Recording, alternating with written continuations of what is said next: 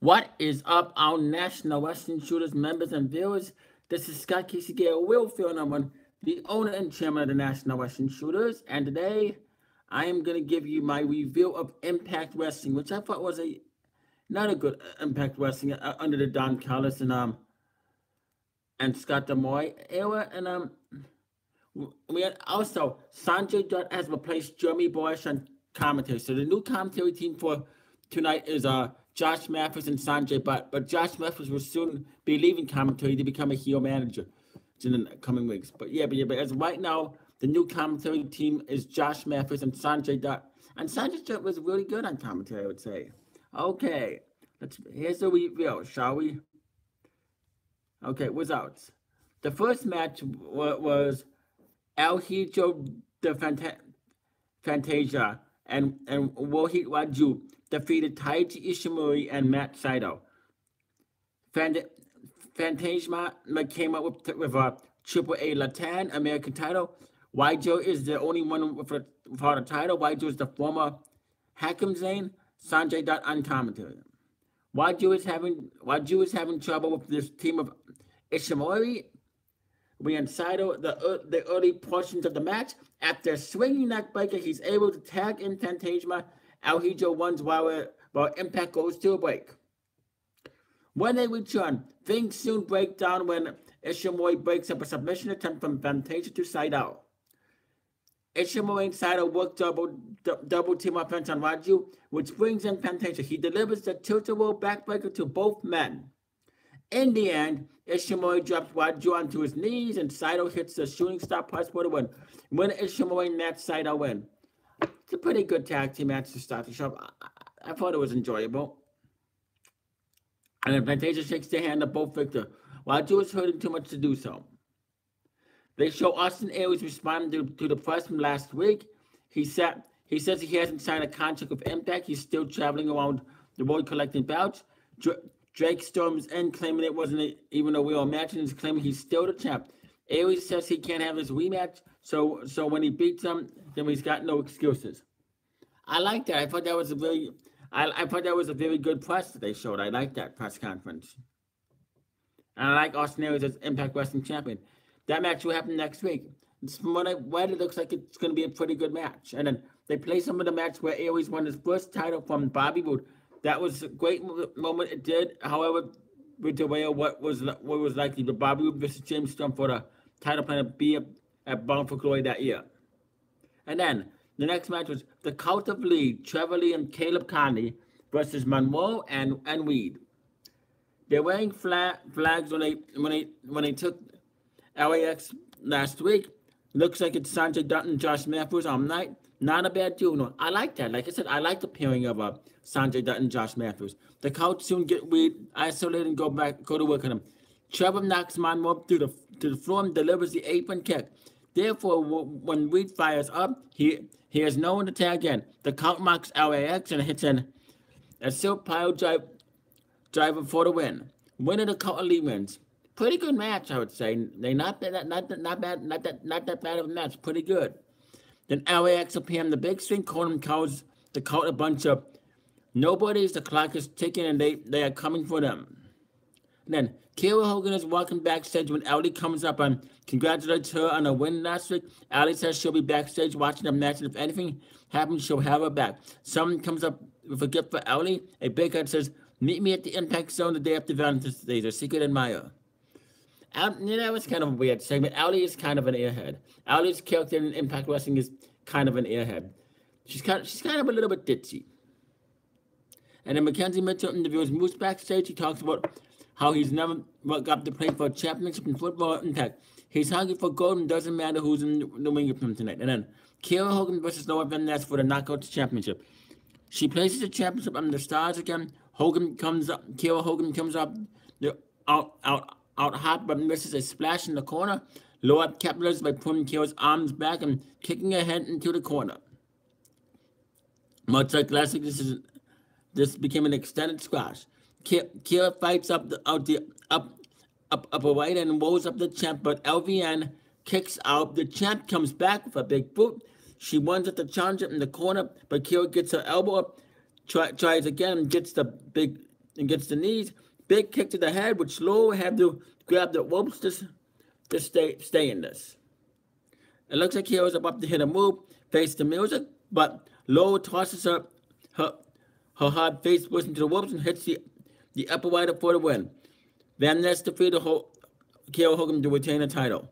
And then Laura continues a beatdown post-match. Ali wants to make this save. She hits a cold break on the champ, grabs the title, and tries to use on Van Ness, who has to bail. It was pretty much a squash match. It would have been fun if KO Hogan won, but maybe but I don't think they wanted to win right away. What they need to do is they need to build KO Hogan up. They need to build KO Hogan up in order to become the next knockout champion. She still needs a lot of build up. She still needs a lot of work to be good. But I'm very interested in this KO Hogan, but it looks like she needs a lot more work and a lot more training to be the knockout champion. And then they show camcorders that someone is holding and filming someone else. It looks like Lashley says it's OVE in the top one. That's probably Callahan. Another Brian Cage video is played. He debuts next week. I'm really looking forward to the debut of Brian Cage.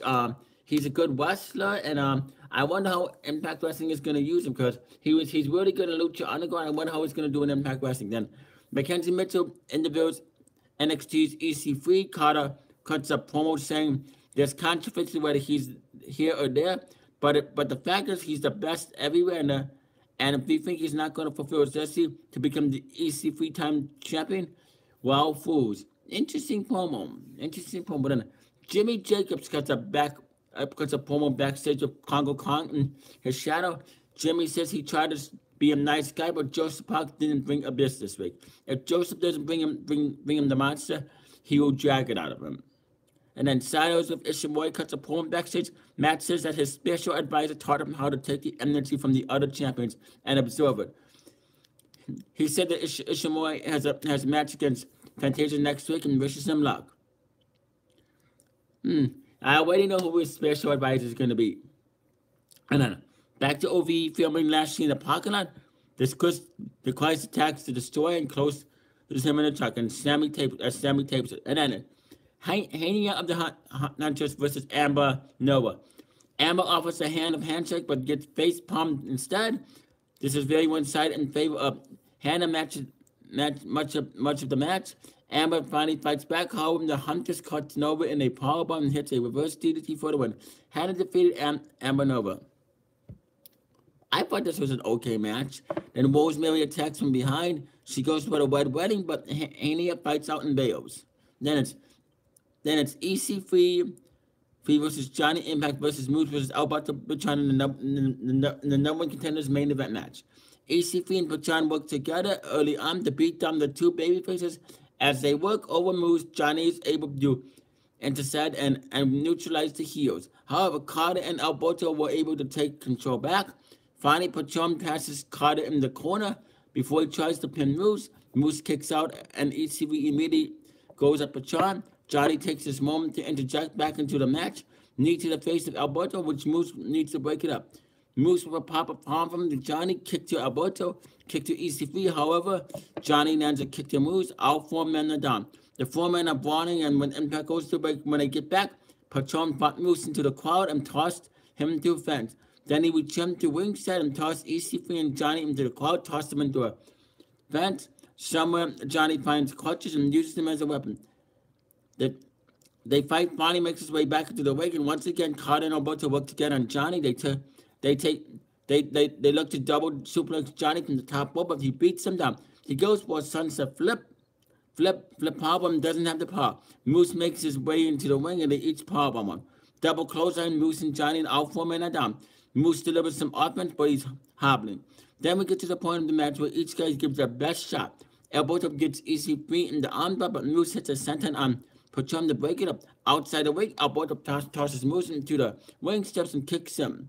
In the ring, EC3 tries a roll up to an Impact, but fails. He goes to 1%, but Impact goes him up 1, 2, 3. Johnny Impact wins to become the number one contender. I thought this was a really, really good main event. Johnny Impact is the number one contender, and I honestly think it's pretty cool and very interesting. But But yeah, but anyway, I would rate this Impact a 8 out of 1. I thought it was good. I still thought last week's Impact was better, but this had a lot of good moments. And Sonjay Dutt is pretty interesting as a commentator. Now I don't know if he's going to be the permanent replacement for Jimmy Bosch, or if he's just to Impact Wrestling by official new commentators. From what I heard, from what I heard, Don Callis is going to be the guy that's going to be placing Josh Matthews. He's rumored to that. I don't know if that's still going to happen. If they're going to find another color commentator. But I'm very interested to see who's going to replace Josh Matthews on commentary. But anyway, really good Impact. Comment down below in the comment section. Tell me what you thought about this Impact, and what are you looking forward to next week? And like I said, I'm very looking forward to Brian Cage. I wonder what he's gonna do, and I wonder how they're gonna use him. Like I said, I'm really liking and enjoying the Don Callis and Scott D'Amore era. I think they're gonna really, in my opinion, I think they're gonna do wonders with Impact Wrestling and take it to new heights and take it to a new level. But anyway, that is all I gotta say. You